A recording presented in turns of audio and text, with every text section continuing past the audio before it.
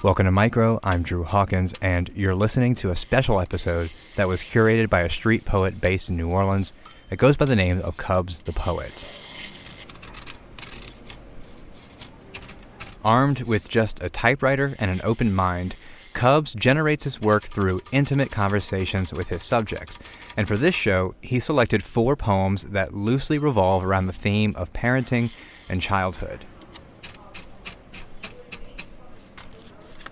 I met up with Cubs at a busy neighborhood coffee shop called Congregation, where, in classic form, he wrote a brand new poem for this episode while surrounded by patrons, including Opal Doom Kitty, the black cat that serves as the shop's mascot. She's even got her own Instagram page and t-shirts for sale. So here's Cubs writing and reading his piece and introducing the show. Enjoy.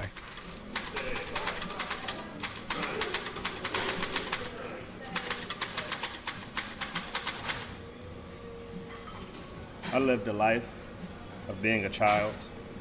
Now my children teach me about living, by Cubs the Poet.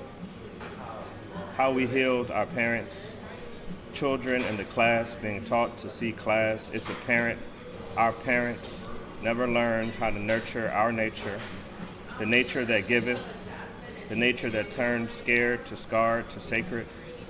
Our children speak with the voice of sparrows, never sparing their voice or daring their truth. We are now the guardians of this garden. A primer on being fathers to sons, we learn to balance the bridge as horizons have. It makes little sense how we become the past just to see the present of being in the presence of our babies. I lived a life of being a child. Now my children teach me about living. I'm looking forward to this series of poems about childhood and parents. So many of us learn to love ourselves, and once we become parents, it becomes apparent that there's so much more love out there to understand, to feel, to experience, to heal. I hope you all enjoy these poets and their poems, because poetry still matters. This first piece from Curtis Brown touches on fatherhood and is perfectly titled Little Sense. Enjoy.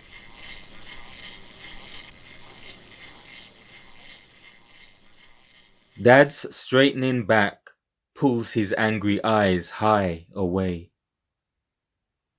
Tension between our 2 bowed heads fills the widening gap. I want to run for freedom. I'm stuck by the long reach of his wordless threat. He exhales, deep breath. No such word as I can't. I'm confused. A word everyone says but does not exist? Please, desist. Young minds, we grow, but already know big people make little sense.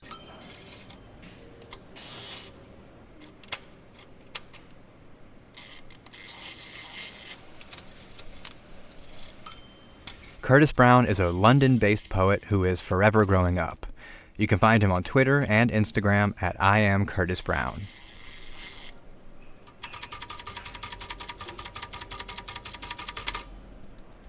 The last line of this next piece feels light as a feather, but carries so much weight. From Michelle Cristoforo, here's My Child Speaks with the Voice of a Swallow. Enjoy. My child speaks with the voice of a swallow, high-pitched, joyful, intermittent. Sometimes no one understands his cries but me. Sometimes I only pretend to understand. My parents tell me he'll grow out of it. My friends say they haven't noticed, though they don't visit anymore. According to my brother, I need to show him who's boss. My child's voice swoops piercing and loud in the middle of the shopping centre. Passers-by chitter-chatter, offer up suggestions. Put him in the naughty cage, you need to clip his wings. Others prescribe charts or picture prompts and telling him to shut up. Last Thursday, a stranger touched my shoulder, said I was doing a great job. My throat lumped, but I didn't smile. A kindness could be my undoing. Mostly, people just stare so that my skin grows thick as sequoia bark. My child is educated in a soundproof booth, so he doesn't disturb the other children. Even then, they can see him through the glass, shrugging and gesturing, rolling and rocking, preening his invisible feathers. At break time, he runs and runs in solitary circles, straining to beak an imaginary fly. Sometimes my child suffers night terrors. He sleep shrieks and sleep shudders and sleep scurries, eyes wide as a great horned owl's. I long to fold him under my breast, to gulp down his screams, but the books tell me only to watch, make sure he's safe. I know what people say about me, that instead of nursing him I regurgitated worms, that his voice bursts through the boundaries I never troubled to set, that as my only child I'm guilty of loving him too much. Sometimes I stand in the garden, look up at the night sky with my eyes wide open, invite the rain to fall into them without letting myself blink. Sometimes I wish he would fly away.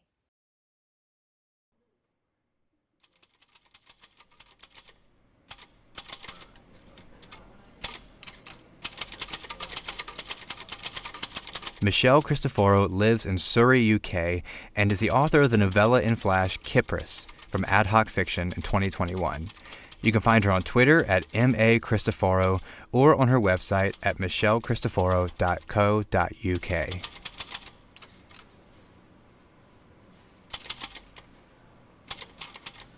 This next piece really nails the theme of the episode. In the end, sometimes it really is just about getting through the day. It's called About Having Children, and it comes to us from Guillermo Robolo Gil. Enjoy.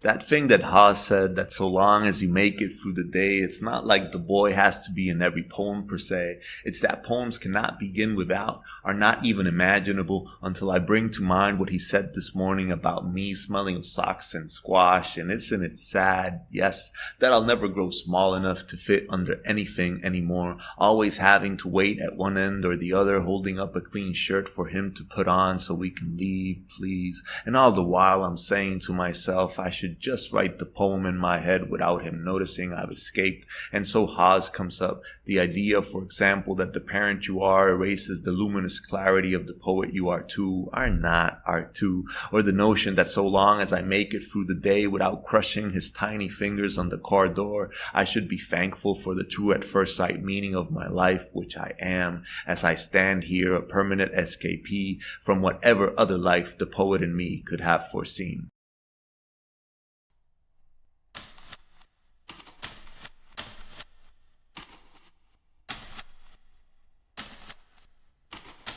Guillermo Robolo Gil writes, teaches, translates, and belongs to/with Lucas Imar and Ariadne Michel.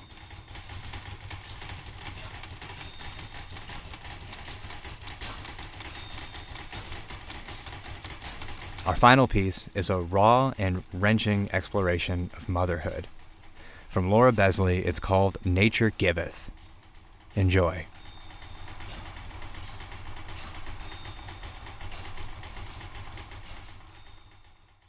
When mothers can no longer feed their young, chubby clouds burst, thick milk spilling out. Children lap at puddles while men fill cartons and fridges, puffing contented gusts of relief. Wispy mothers remain lullaby still. On and on it falls, streets and fields bathed creamy white.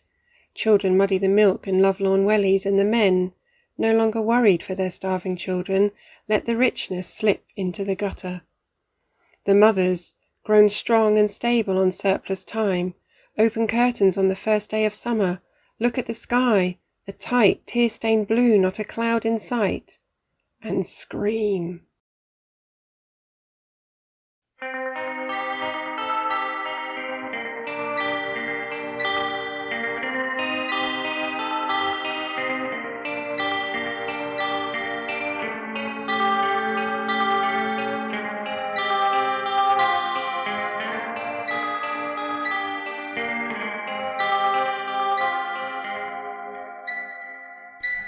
Laura Besley writes short fiction and dreams of living by the sea. You can find her on Twitter at Laura Besley. Micro is edited by Dylan Evers and produced and hosted by myself, Drew Hawkins. Kirsten Renaud runs our interview series, and Maymay Kaufman is the queen of all of our social media. Our theme song is by the great Matt Ordez. A huge thanks to Cubs the Poet for curating this episode, and I highly encourage you all to check out his incredible work, especially his new painting series called Poetrits, where he blends poetry and portraits. You can find him on Instagram at Cubs the Poet. We've got a full transcript of the show on our website at micropodcast.org, and if you need subtitles, check out our YouTube page. We've got links to that on our website as well. Please do subscribe to the show wherever you listen to your podcast, and leave us a review. It's really helpful. More people can find the show more easily, and that means that more people can hear the great poets and writers that we feature. We also super appreciate it. And be sure to follow us on Twitter, Instagram, and Facebook at Podcast Micro. Thanks for listening.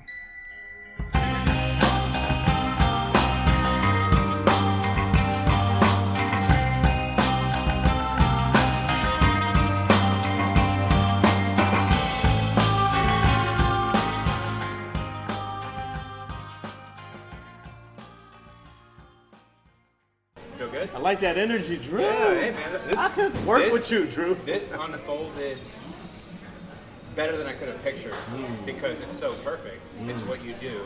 I like the background noise. I like that we've got a composed poem of the poem. It's really, I can't think of a better way to have done it with you specifically. Perfect. Perfect.